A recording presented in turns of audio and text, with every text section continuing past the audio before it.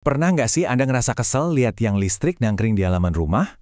Mungkin Anda mau bangun sesuatu ya, atau sekedar ngerasa itu ganggu pemandangan banget, tapi rasanya kok tiang itu sakral banget, nggak bisa diapa-apain.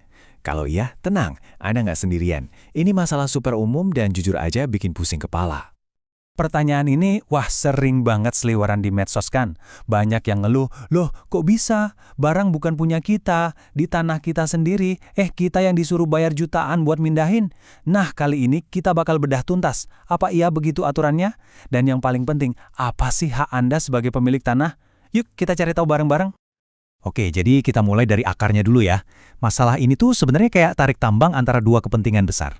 Di satu sisi, ada kepentingan negara yang butuh banget nyalain listrik buat jutaan orang.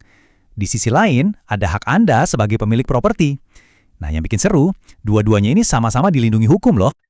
Nah, disinilah dramanya dimulai. Coba lihat. Di satu sisi, kita punya Undang-Undang Ketenagalistrikan.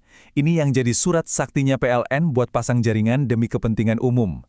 Tapi, di sisi lain ada UUD 1945, ini kan konstitusi kita, hukum tertinggi, yang bilang hak milik pribadi itu dilindungi. Dua-duanya sah. Jadi pertanyaannya, mana yang menang? Oke, untuk menjawab pertanyaan tadi, kita harus lihat dulu aturannya. Biar kita paham hak kita juga harus ngerti dulu nih, apa aja sih wewenang yang dimiliki oleh perusahaan listrik negara atau PLN menurut hukum. Ini dia nih dasar hukumnya.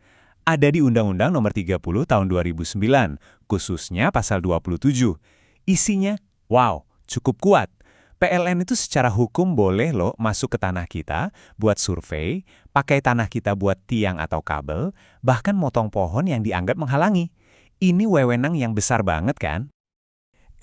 Tapi tunggu dulu. Ini bagian pentingnya. Kekuatan sebesar itu gak datang sendirian. Ada tanggung jawabnya juga. Undang-undang yang sama yang ngasih wewenang ke PLN ternyata juga ngasih perlindungan buat Anda si pemilik tanah. Nah, sekarang kita lihat sisi baliknya. Apa kewajiban PLN ke kita?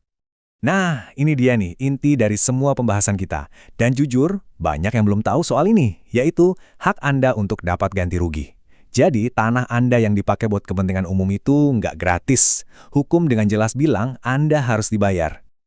Oke, ada dua jenis pembayaran. Yang pertama namanya ganti rugi. Gampangnya gini, ini buat tanah yang benar-benar kepake.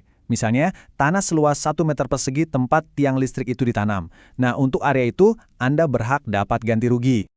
Nah, yang kedua ini namanya kompensasi. Dan ini yang sering banget kelewat. Mungkin tiangnya nggak di tanah Anda, tapi kabelnya melintang persis di atas halaman. Ini kan bisa bikin nilai properti turun, atau Anda jadi nggak bisa bangun rumah tingkat. Nah, untuk dampak tidak langsung kayak gini, Anda juga berhak dapat pembayaran.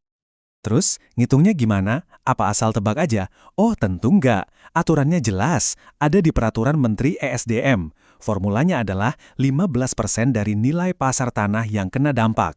Jadi ini bukan angka kira-kira ya, ini ada rumusnya, jelas dan bisa dihitung. Oke, kita udah ngomongin teori hukumnya, tapi pertanyaannya sekarang, ini beneran bisa diperjuangin nggak sih? Apa cuma di atas kertas aja? Jawabannya bisa banget. Dan buktinya ada kasus nyata yang sampai menang di tingkat Mahkamah Agung. Yuk kita lihat. Kenalan yuk sama Pak Yusra dari Aceh.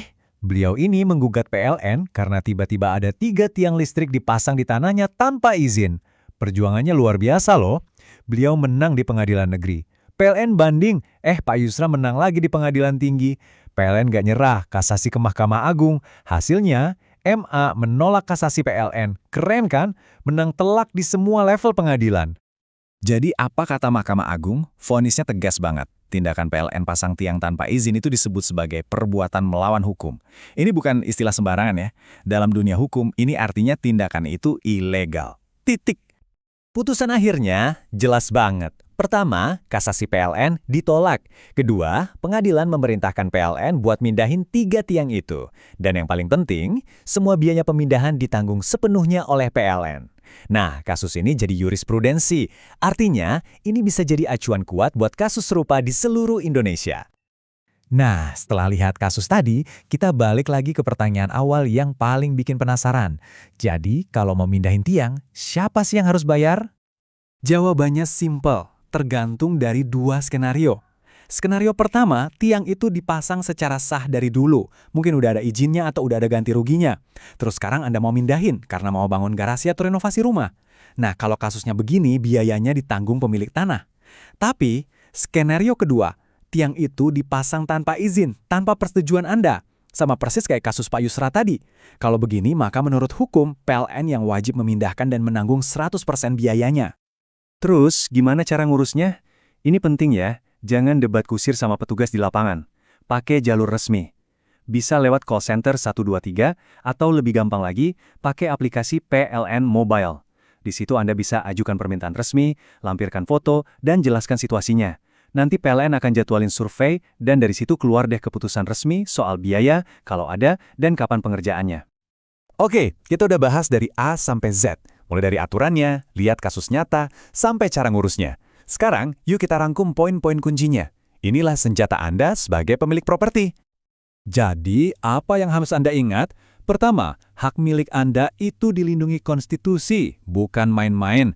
Kedua, Anda berhak dapat ganti rugi atau kompensasi. Ketiga, pemasangan tiang tanpa izin itu adalah perbuatan melawan hukum. Keempat, sudah ada preseden dari Mahkamah Agung yang memenangkan warga. Dan kelima, ada jalur resmi buat menyelesaikan masalah ini. Ingat, pengetahuan adalah kekuatan. Jadi, setelah ini, saat Anda lihat tiang listrik di tanah Anda, mungkin tiangnya masih sama, tapi cara pandang Anda harusnya udah beda. Anda nggak lagi merasa nggak punya pilihan. Sekarang, Anda tahu hak Anda.